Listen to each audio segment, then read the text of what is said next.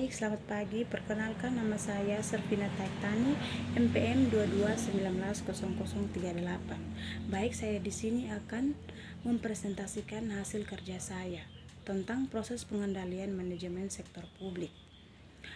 Proses pengendalian manajemen sektor publik dilakukan secara formal: perumusan strategi, perencanaan strategi, penganggaran, operasional dan evaluasi kerja, dan informal, pertemuan informal, diskusi, komunikasi langsung.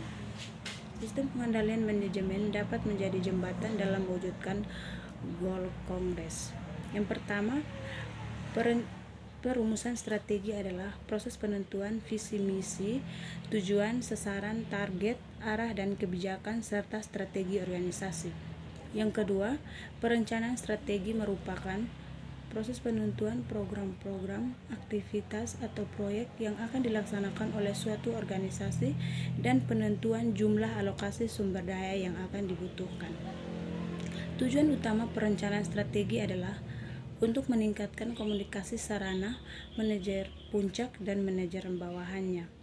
Manfaat perencanaan strategi bagi organisasi yaitu: yang pertama, sebagai sarana untuk memfasilitasi terapannya anggaran yang efektif. Yang kedua, sebagai sarana untuk memfokuskan manajer pada pelaksanaan strategi yang telah ditetapkan. Yang ketiga, sebagai sarana untuk memfasilitasi dilakukannya alokasi sumber daya yang optimal.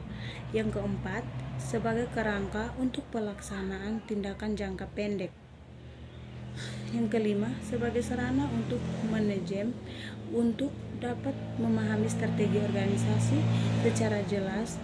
Dan yang keenam, sebagai alat untuk memperkecil rentang alternatif strategi.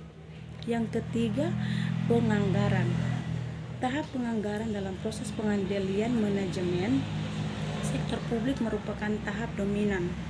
Perbedaan proses anggaran sektor publik dengan sektor swasta adalah pengaruh politik dalam proses anggaran. Yang keempat, penilaian kinerja. Pengendalian manajemen melalui sistem penilaian kinerja dilakukan dengan cara menciptakan mekanisme reward dan punishment. Yang ketiga, reward dapat berupa finansial dan non-finansial. Yang terakhir, orientasi penilaian kinerja lebih diarahkan pada pemberian penghargaan. Baik, sekian dan terima kasih. Inilah hasil kerja saya.